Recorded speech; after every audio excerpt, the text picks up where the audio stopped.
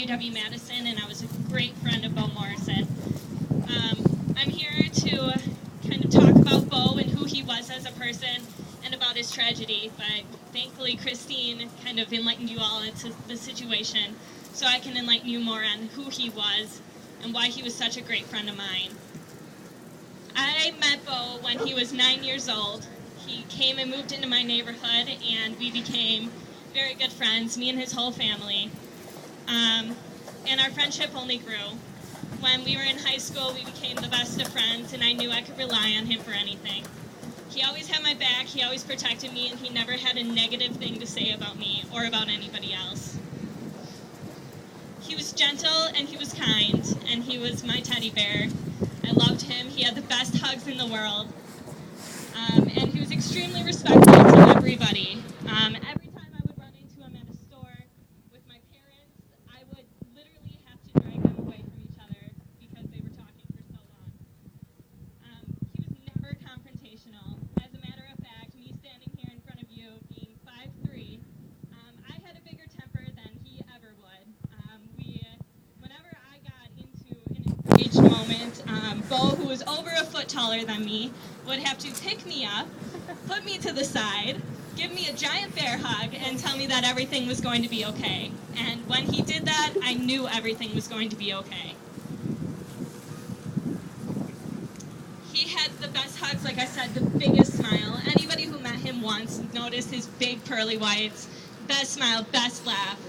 And he was always positive. I've been through a lot of crap in my life, and every time I talked to Bo, he would sit down and he would talk to me and he would make me feel like everything was going to be okay. And I knew it was going to be okay. He was expected over here in Madison every other weekend.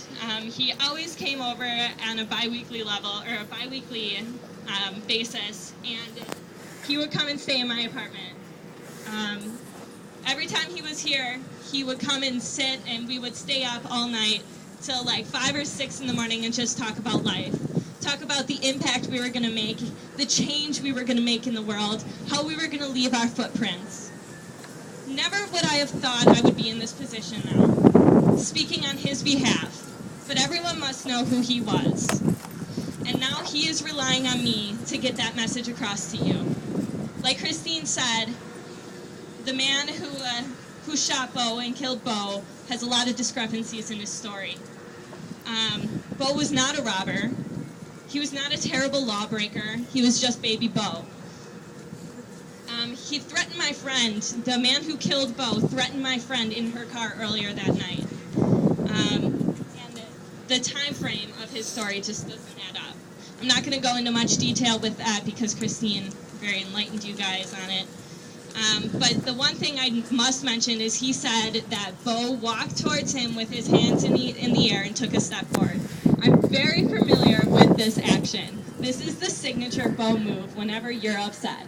If there is something that's going on, he puts his hands up, takes one step forward, and he says, "Hey, everything's okay. I'm sorry." Usually he goes into another giant bear hug, but I'm sure that wasn't the case in this situation. Then everything would have been fine, and I can guarantee you that that night he was just going to try to work things out. He was not a threat. He has never been a threat to me, and I would have never imagined pulling a gun on him. What has happened to Bo and Trayvon are extreme tragedies. These boys need justice. We must not focus on the past. We have to focus on the here and now. When Bo and I would stay up and we would talk about our future and how we would change the world, I never thought it would be like this. But this is Bo's time to shine. We need to do what we can to make sure that these young men haven't died in vain. Thank you.